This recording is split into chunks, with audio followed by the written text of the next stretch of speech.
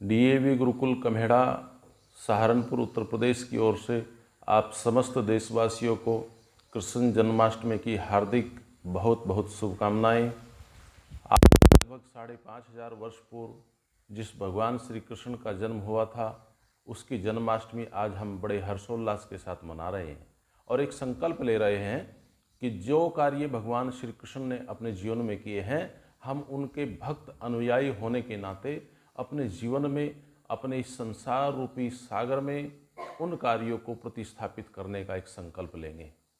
भगवान श्री कृष्णचंद्र जी बचपन में ही लगभग 8 वर्ष की आयु में महर्षि शांदीपन के गुरुकुल में चले गए थे। उनके माता पिता ने उनका प्रवेश महर्षि शांदीपन के गुरुकुल में करा दिया था, जिस गुरुकुल में सुयोग्य गुरुओं के सानिध्य में उनकी शिक्षा दीक्षा हुई।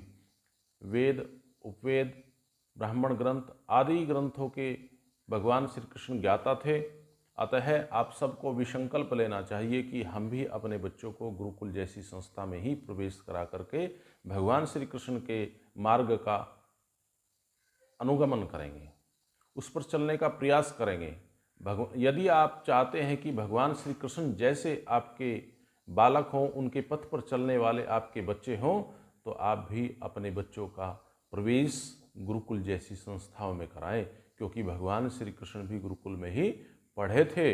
इसीलिए वो आज हम भगवान का दर्जा उस कृष्णचंद्र जी को देते हैं। गुरुकुल से आने के पश्चात उनका विवाह रुक्मणी नाम की एक विदुषी से हुआ। रुक्मणी उनकी पत्नी का नाम था। प्राय एक बात हम सुनते हैं लोगों से कि राधा उनकी प्रेमिका थी, परंतु यदि आप श्री कृष्णचंद्र जी का पूरा जीवन चरित्र पढ़ें तो राधा नाम की कोई स्त्री का वर्णन उसमें नहीं आता है, बल्कि उनकी मामी एक जगह ही आता है। उनकी मामी का जिक्र आता है कि उनकी मामी राधा नाम की एक मामी थी। इसलिए जो है केवल उनका एक पुत्र था प्रद्युम्न और उनकी पत्नी का नाम रुक्मणी था। ये बात हम अपने दिमाग में बिठा लें। और भगवान श्री कृष्ण कोई चोर नहीं था, कोई स्त्रियों के कपड़े नहीं उठाता था, किसी के माखन चोरी नहीं करता था, क्योंकि ऋषि लोग कहते हैं कि भगवान श्री कृष्णचंद्र जी एक ऐसे पात्र हुए महाभारत में जिन्होंने जन्म से लेकर के मृत्यु पर्यंत तक कोई भी पाप नहीं किया। इसलिए उस भगवान श्री कृष्ण को मानना ही नहीं है, जानना भी है। और जानने के विषय में बस आज एक संकल्प लें आप, एक अपने आप में एक वादा करें कि भगवान श्री कृष्ण चंद्र जी दैनिक यज्ञ किया करते थे।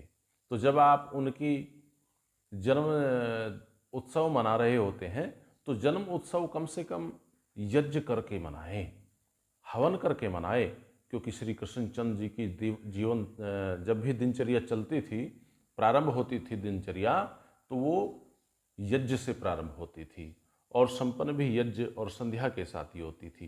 तो आए हम सब संकल्प लें, आज हम एक शपथ लें, एक व्रत लें।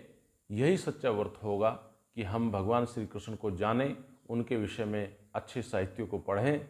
जिन साहित्यों को ऋषियों ने लिखा है, जिन साहित्यों को वैदिक विद्वानों ने लिखा है, ठीक ठीक से हम उनको पढ़ें, उनका स्वाध्याय करें, अपने बच्चों को बताएं और एक व्रत लें कि हम प्रत्येक त्योहार पर, प्रत्येक अवसर पर अपना जो भी उत्सव हो, जैसे आज श्री कृष्ण जन्माष्टमी हम मनाएंगे, वो यज्ञ के साथ मनाएं, यज्ञ से परे न हो, क्योंकि श्री कृष्णचंद्र जी दैनिक यज्ञ किया करते थे।